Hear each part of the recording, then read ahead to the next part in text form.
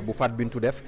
mu ni dafa quitté li nga xamante ni moo di la série Babel pour des problèmes de santé yow nga nekk ci biir kër gi gën ñoo xam li nga xamante ni moo fa xew est-ce que cette information est réelle. waaw bon je pense mais sauf que man très sérieusement bon maintenant xam nga Marodi day màgg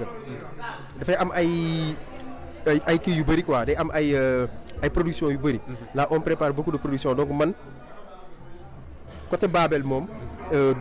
du sama domaine quoi très sérieusement mën naa ne ni ngeen ko yëgee laa ko yëgee quoi donc de ce fait tey jii nii maîtriser wu ma si quoi te bëgguma wax loo xamante ne carrément maîtriser wu ma ko quoi très sérieusement quoi. ouais non c'est une femme bien boo xamante ne mu sa xamante cool quoi comme toutes les actrices quoi de Marodi. mais est-ce que bi nga jégee au communiqué bi essayé nga ko woo téléphone parce que aussi tamit quoi qu'on puisse dire Marodi du kër gu ndaw. non comme li loolu dama koy bàyyi ak waa Babel ñu gérer ko Babel bon damay bàyyi waa Babel ñu gérer quoi. mais kii quoi